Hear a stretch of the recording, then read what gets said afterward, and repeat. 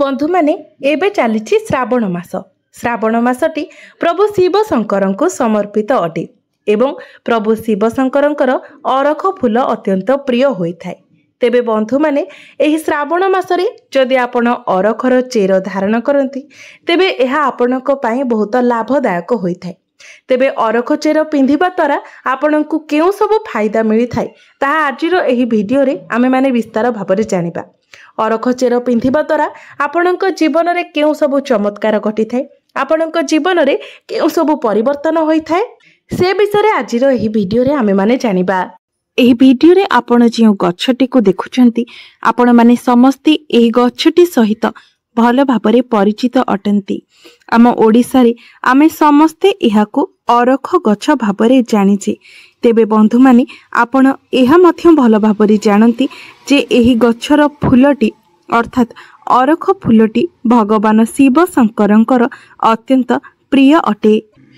आमर ज्योतिष शास्त्र रे एवं वास्तु शास्त्र रे उल्लेख अछि जे जदि आपण प्रतिदिन एही गछरु गोटिए बे फूल भगवान शिव शंकर को अर्पण करती एवं निजर मनस्कामना को प्रकाश करती तेबे आपणकर सबु मनस्कामना निश्चित भाବରେ पूर्ण होइथाय। आपण माने समस्ते जानती जे रावण जे कि महाप्रतापी थिला से प्रभु शिव शंकरंकर परम भक्त थिला एवं से निज महल रे एही अरख गछ को रखिथिला एवं प्रतिदिन से प्रभु शिव शंकरंको एही अरख फूलरु अर्पण करुथिला जहा द्वारा तार समस्त मनस्कामना मध्य पूर्ण हेउथिला। आपण माने जानी रखिबा उचित जे एही गछटी एते शक्तिशाली अटे जे कि गोटे रोगी को निरोगी रे परिणत करि देई पारे एवं दरिद्र को धनी रे परिणत करि देई पारे। जदि कोनोसी व्यक्तिंकर जीवन को धन आसीबा बंद होई जायछि तेबे एही गछ द्वारा तांकर सब समाधान दूर होई जिवो। एही गछ तांको धनी रे बदलाई देई पारिबो। जदि कोनोसी व्यक्तिर कुंडली रे नवग्रहंकर को प्रभावर शिकार हेउछंती तेबे एही गछ द्वारा नवग्रह को शांत करी सेमानंक निकटरू शुभ फल मध्य प्राप्त कराई पारिबो। बंधु माने जदि कोनोसी व्यक्तिंकर घर सामना रे आपे आपे अरख गछ उठी थाए तेबे तांकर भाग्य परिवर्तन होई जाई थाए। तांको जीवनरू अनेक गुड़िए समस्या दूर होई जाई थाए। तांको गृह को धन आसीबार अनेक गुड़िए मार्ग खोली जाई थाए।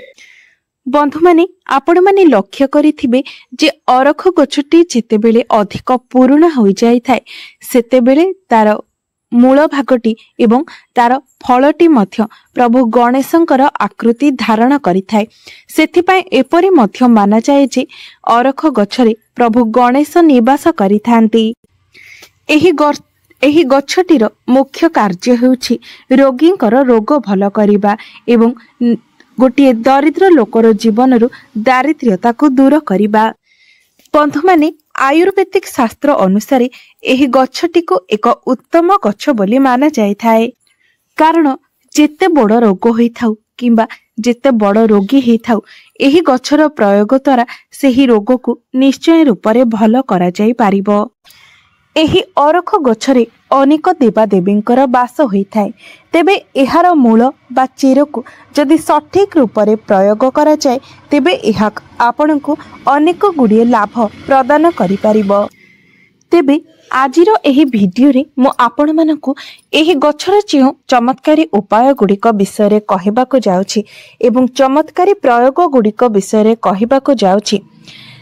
सेगुड़िक जानिबा परे आपणकर जीवन रे निश्चय भाबरे परिवर्तन आसीबो जहाँकि आपणको पाई अत्यंत लाभदायक अटे।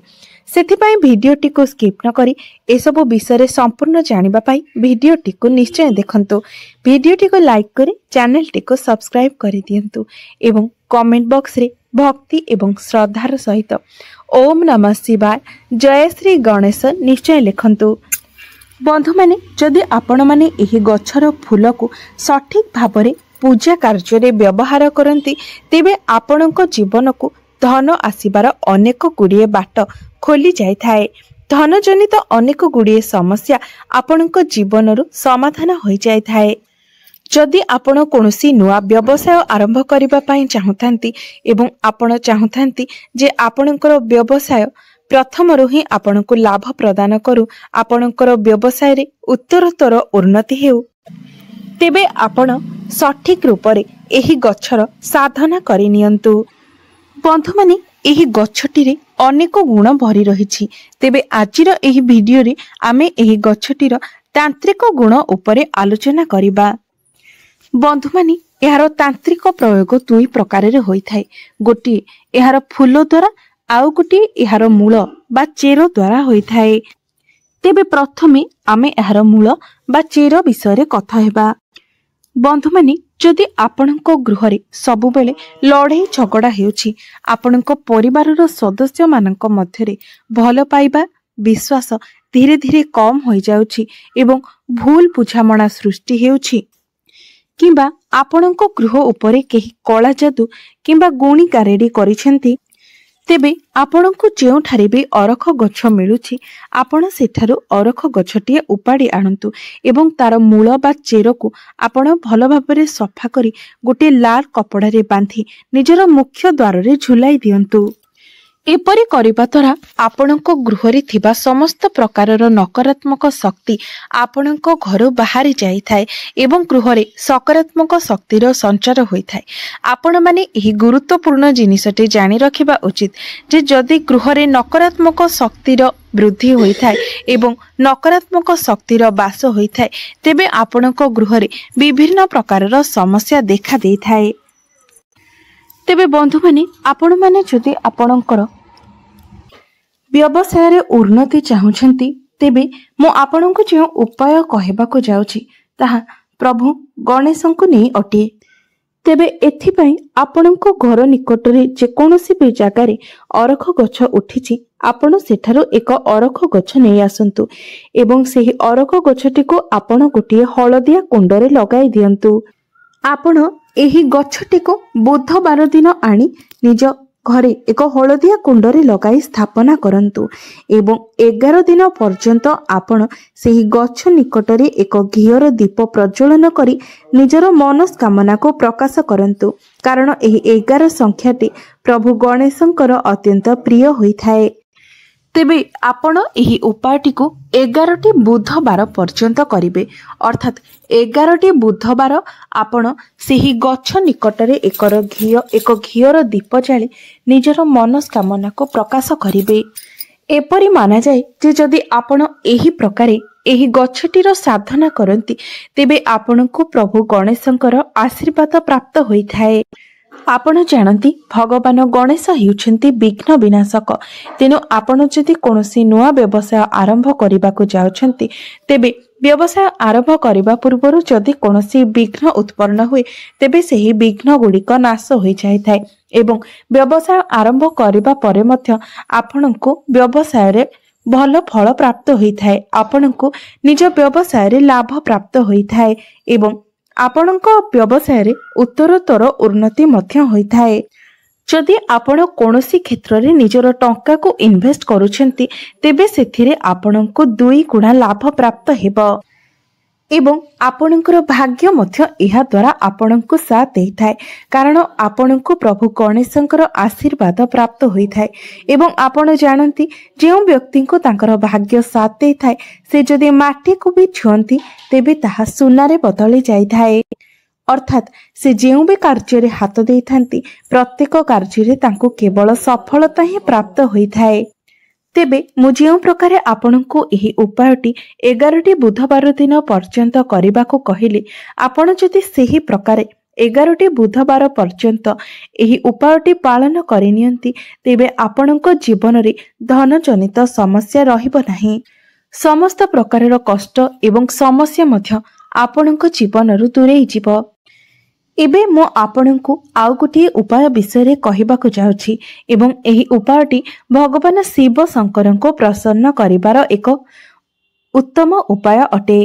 आपण माने जानती जे व्यक्ति प्रभु शिव शंकरंकर कृपा प्राप्त करि नै थाए, आशीर्वाद प्राप्त करि नै पारि थाए, स्वयं काल भी तांकर किछि करि पारि नथांती, कारण प्रभु भोला शंकरंको महाकाल बोली कुहा जाय थाए।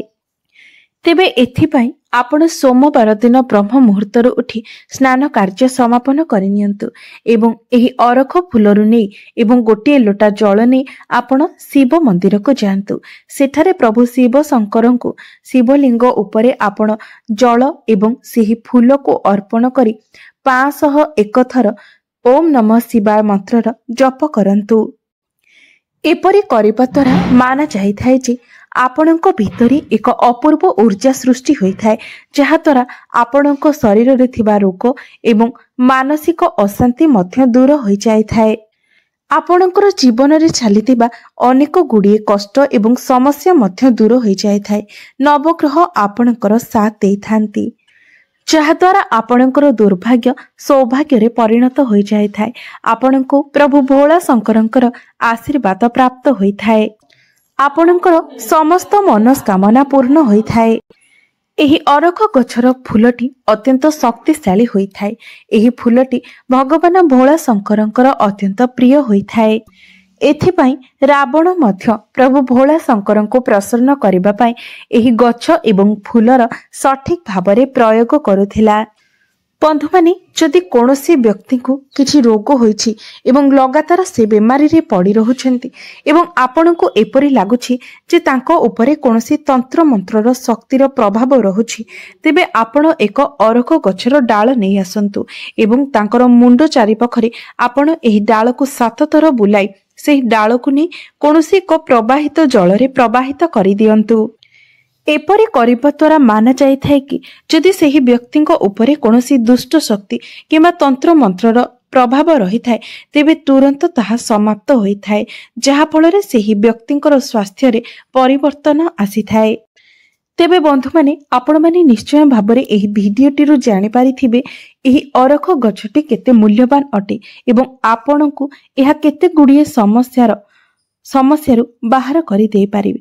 ତେବେ ବନ୍ଧୁମାନେ, ଆପଣଙ୍କୁ ଯଦି ଏହି ଭିଡ଼ିଓଟି ଭଲ ଲାଗିଥାଏ ତେବେ ଭିଡ଼ିଓଟିକୁ ଲାଇକ୍ କରି ଚ୍ୟାନେଲଟିକୁ ସବସ୍କ୍ରାଇବ୍ କରିଦେବେ ଏବଂ କମେଣ୍ଟ ବକ୍ସରେ ଭକ୍ତି ଏବଂ ଶ୍ରଦ୍ଧାର ସହିତ ଓମ୍ ନମଃ ଶିବାୟ ଜୟ ଶ୍ରୀ ଗଣେଶ ନିଶ୍ଚୟ ଲେଖିବେ।